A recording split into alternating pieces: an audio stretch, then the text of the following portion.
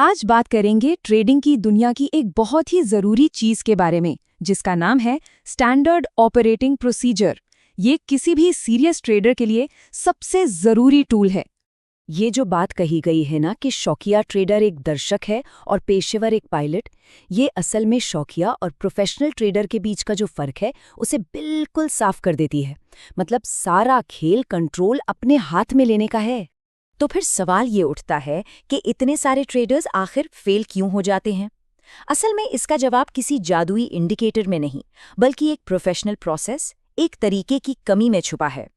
तो चलिए थोड़ा और गहराई में जाते हैं और समझते हैं कि वो कौन सी मुश्किल हालात हैं जिनका सामना ज़्यादातर ट्रेडर्स बिना किसी प्लान के करते रहते हैं। अच्छा, कोई भी स्ट्रैटेजी बनाने से पहले ना एक छिपी हुई कीमत है जो हर ट्रेडर को चुकानी पड़ती है। इसे कहते हैं साइकोलॉजी टैक्स। सीधे शब्दों में कहें तो ये इमोशंस में आकर, भावनाओं में बहकर फैसले लेने की सजा है। और ये इमोशंस कई तरह के जाल बिछाते हैं, जैसे कि रिवेंज ट्रेडिंग, यानी एक लॉस को कवर करने के लिए और ज्यादा ट्रेड करना। फिर आता है फोमो, मतलब फियर ऑफ मिसिंग आउट, कहीं कोई बड़ा मौका हाथ से छूट ना जाए, इस डर से बिना सोचे समझे ट्रेड में कूद पड़ना। एक और जाल है कन्फर्मेशन बायस, जहां हम सिर्फ वही खबरें या जानकारी ढूंढते हैं जो हमारे पहले से लिए हुए फैसले को सही साबित करें। और हाँ, द होली ग्रेल फैलेसी को कैसे भूल सकते हैं, एक ऐसे परफेक्ट इंडिकेटर की कभी ना खत्म होने वाली तलाश जो असल में होता ही नहीं है। और यहीं पर शौकिया और प्रोफेशनल सोच का फर्क साफ नजर आता है। एक तरफ है शौकिया मानसिकता, जो इमोशनल है, जल्दबाजी में फैसले लेती है, बस एक दर्शक की तरह देखती है, कभी बहुत ज्यादा पॉजिटिव तो कभी बहुत ज्यादा नेगेटिव। और दूसरी तरफ है प्रोफेशनल मानसिकता, जो पूरी तरह से सिस्टम पर चलती है, डिसिप्लिन्ड है, एक पायलट की तरह कंट्रोल में है और प्रोसेस पर ध्यान देती है। तो अब सवाल ये उठता है कि प्रोफेशनल्स इन सब मुश्किलों से बचकर निकलते कैसे हैं? वो अपनी कैपिटल को, अपनी पूंजी को सुरक्षित कैसे रखते हैं? इसका सीधा सा जवाब है एक स्टैंडर्ड ऑपरेटिंग प्रोसीजर, जिसे हम SOP भी कहते हैं। अब ये है क्या? ये कुछ नहीं, बस एक पहले से तय की हुई, लिखी हुई चेकलिस्ट है।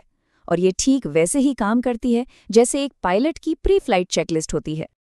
देखिए, SOP का असली मकसद ये नहीं है कि मौसम कैसा रहेगा, इसकी भविष्यवाणी की जाए।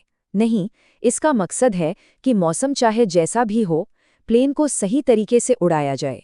मतलब फोकस को अनप्रिडिक्टेबल आउटकम से हटाकर एक कंट्रोलेबल प्रोसेस पर लाना है। और यही सोच एक कमाल के आइडिया को जन्म देती है कि खुद को नियमों का पालन करने के लिए रिवॉर्ड देना चाहिए, इनाम देना चाहिए, भले ही उस ट्रेड में नुकसान ही क्यों न हुआ हो। क्योंकि जब प्रोसेस पर ध्यान दिया जाता है, तभी लंबे समय में कंसिस्टेंसी और कैपिटल ग्रोथ मिलती है। तो चलिए अब आगे बढ़ते हैं और देखते हैं कि इस पूरी सोच को एक प्रैक्टिकल टूल में कैसे बदला जा सकता है, एक ऐसा टूल जिसे कोई भी इस्तेमाल कर सके। देखिए, किसी भी चेकलिस्ट का, या यूं कहें कि ट्रेडिंग का ही सबसे पहला नियम है सर्वाइवल, जिंदा रहना।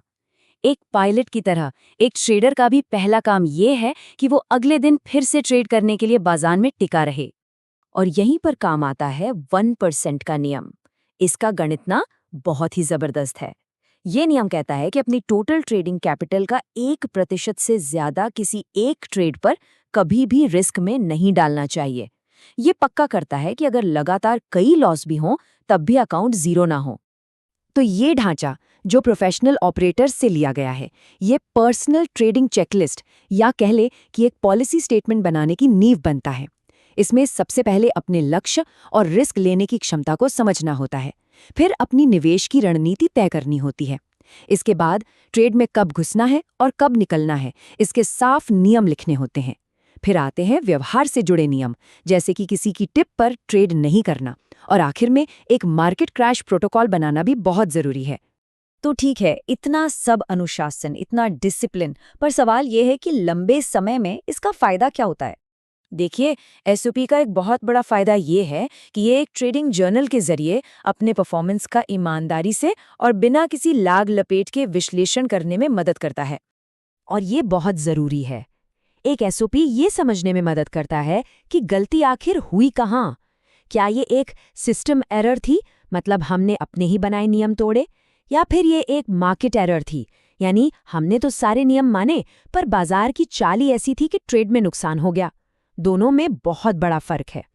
तो कुल मिलाकर प्रोसेस पर ध्यान देकर एक ट्रेडर वो सब हासिल कर सकता है जो एक प्रोफेशनल का आखिरी मकसद होता है। साइकोलॉजी टैक्स से बचना, अनुशासन और कंसिस्टेंसी बनाना, लगातार सुधार के लिए एक फ्रेमवर्क तैयार करना और सबसे ज़रूरी, लंबे समय तक मार्केट में टिके रहना और अपनी पूंजी को बढ़ाना। तो आखिर में बस एक सवाल बचता है जो एक प्रोफेशनल पायलट और एक आम दर्शक के बीच की लकीर खींचता है। सवाल ये है कि क्या एक ट्रेडिंग प्रोसेस बनाया जा रहा है या फिर सिर्फ नतीजों पर जुआ खेला जा रहा है।